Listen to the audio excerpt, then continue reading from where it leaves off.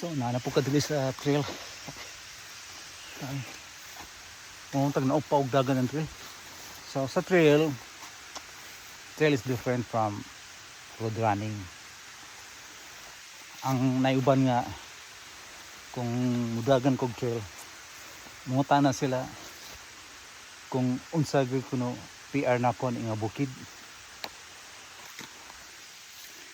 Di man ko maka-estimate og bukid kay labi na wala pa ko kadagan diha.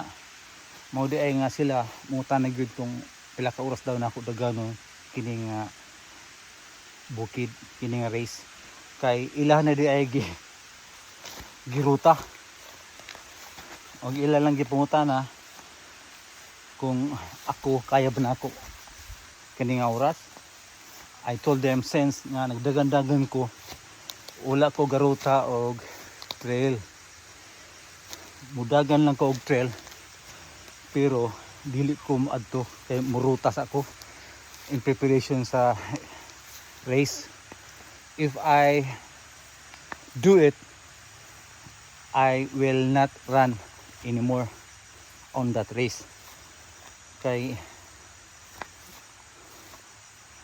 wala na ko gana og dagan if makita na nako ang trail. Munang dili ko tig dagan, dili ko tig ruta og trail running. Ana ko diha mo apil ko og dagan on that day nga event day muna. Pero sa ako nakita, we cannot predict. Dili ta maka-estimate sa bukid kay lain-lain biya tag skill nya, lain tag fear. Kung inyo na nagiruta, advantage na mo kay nebalo na mo asa mo reserve og power, asa ang safe area nga inyong daganan, asa mo speed up, and next asa dapit ang uphill. So memorya ninyo ang trail.